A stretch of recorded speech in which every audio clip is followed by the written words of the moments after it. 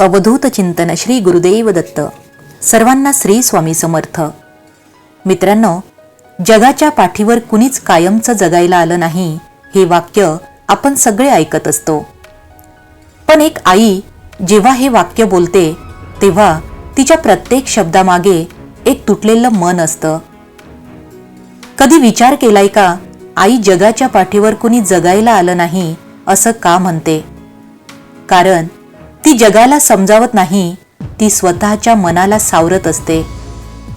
मित्रांनो, ही गोष्ट नाही, हा अनुभव आहे एका आईच्या मनातला, जिने सगळं गमावलं आणि शेवटी एकच वाक्य शिकली, ते म्हणजे जगाच्या पाठीवर कुणीच कायमचं नाही. मित्रांनो, जेव्हा आई म्हणते जगाच्या पाठीवर कुणी जगायला आलं नाही, तेव्हा ती हार मानत नाही. ती तिच्या आयुष्याचं सगळ्यात कठीण सत्य स्वीकारत असते. मित्रांनो, आजची ही गोष्ट नाही, ही प्रत्येक त्या आईची भावना आहे, जिने स्वतःचं सगळं हरवलंय पण तरीही उभी आहे. मित्रांनो, एका छोट्याशा गावात एक आई राहत होती. तिचं सगळं जग म्हणजे तिचा मुलगा होता. पण एक दिवस तिचं जग तुटलं. मुलगा अचानक देवाघरी गेला. त्या दिवसापासून ती आई रोज देवाला एकच प्रश्न विचारायची, देवा, माझंच का घेतलंस? ती मंदिरात जायची पण मन लागत नव्हतं. लोक म्हणायचे, देवावर विश्वास ठेव. पण तिच्या मनात एकच आवाज असायचा आणि तो म्हणजे, देवानेच घेतलं मग त्याच्यावर कसा विश्वास ठेवू? एक दिवस ती खूप थकली. रडून रडून डोळे सुकले. ती मंदिरात बसली आणि म्हणाली, देवा, आज शेवटचा दिवस आहे. तू जर मला उत्तर नाही दिलंस तर मी तुझ्यावर विश्वास ठेवणं सोडून देईल. तेवढ्यात एक वृद्ध साधू तिच्या बाजूला येऊन बसले आणि ते तिला म्हणाले, तू इतकी रडतेस, पण एक प्रश्न विचारू का? आई म्हणाली, विचारा. साधू हसले आणि म्हणाले, तुझा मुलगा तुझ्याकडे किती दिवस होता? आई म्हणाली, 11 वर्ष. साधू म्हणाले, तो 11 वर्ष तुझ्याकडे होता हे तुला कोणी दिलं होतं? आई थोडी शांत झाली आणि म्हणाली, देवाने दिलं होतं. साधू पुन्हा म्हणाले, मग तो परत घेतला तर तोच देव चुकीचा कसा? आई त्यावेळेस थोडी गप्प झाली. साधू पुढे म्हणाले, आपण सगळे इथे भाड्याने आलोय, कुणीच कायमचं नाही. तुझा मुलगा तुझा नव्हता, तो देवाची एक अमूल्य भेट होता, जो काही काळासाठी तुझ्याकडे ठेवण्यात आला होता. त्या दिवशी आईला एक गोष्ट समजली. देव आपल्याकडून काही हिरावून घेत नाही, तो फक्त आपल्याला दिलेलं परत घेत असतो. ती आई रडणं थांबली नाही, पण तिचं रडणं बदललं. आधी ती म्हणायची, देवा, का घेतलंस? आता ती म्हणू लागली, देवा, धन्यवाद, मला इतका सुंदर वेळ दिलास. मित्रांनो, देवावर राग येतो, पण शेवटी आधारही त्याचाच लागतो. जिथे सगळे सोडून जातात तिथे देव कधीच सोडत नाही. आपण देवाला प्रश्न विचारतो, पण उत्तर देण्यासाठी शांत व्हावं लागतं. देव उशीर करतो, पण अन्याय कधीच करत नाही.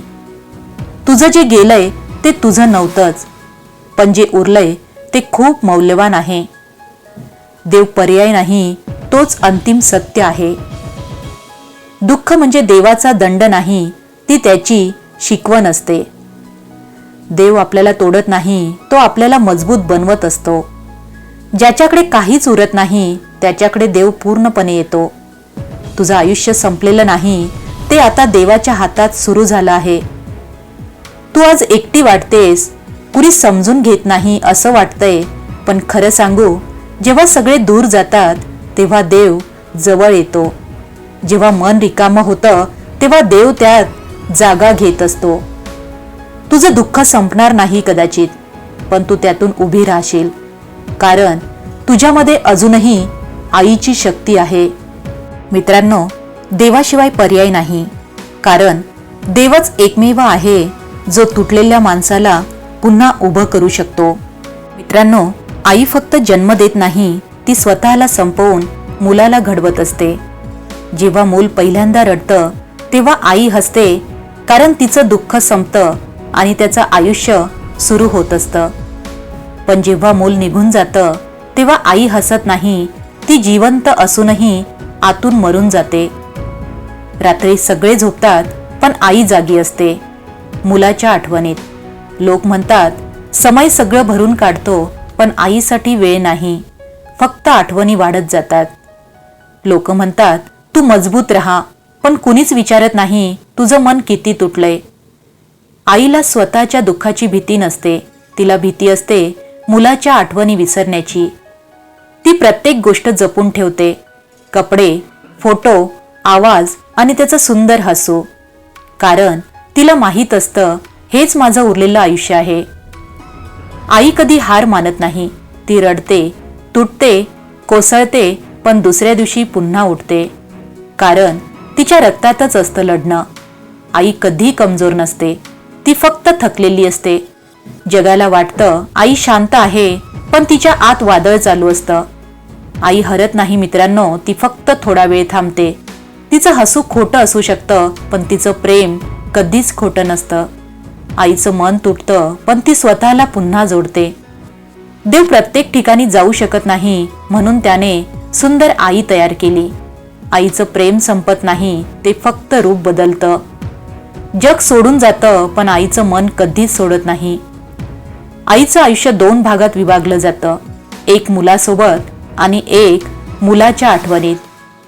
आणि दुसरा भाग जास्त कठीण असतो.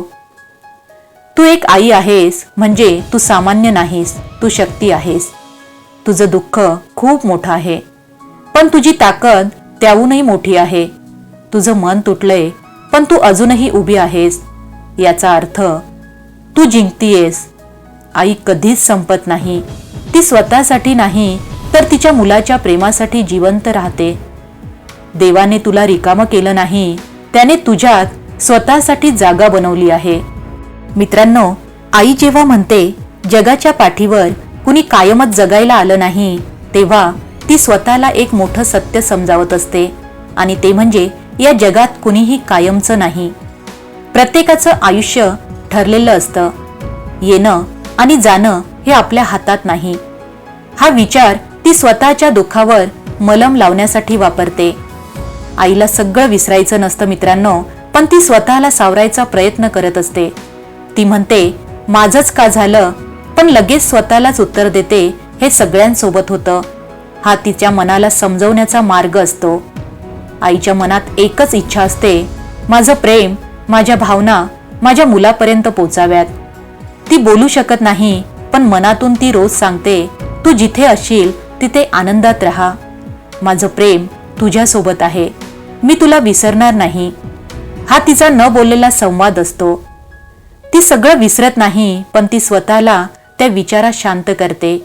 हे आयुष्य तात्पुरतं आहे, म्हणून जे मिळालं त्यात समाधान मानावं. हा विचार तिला थोडं थोडं करून दुःखातून बाहेर काढतो. जगात कोणी कायमच नाही, पण प्रेम कायम राहतं. जाणं अपरिहार्य आहे, पण आठवणी अमर असतात. आई सगळं विसरत नाही, ती दुःखाला शांत करत असते. जगण्याचा शेवट असतो, पण प्रेमाचा नाही. आईचं मन तुटतं, पण ती स्वतःला सावरते.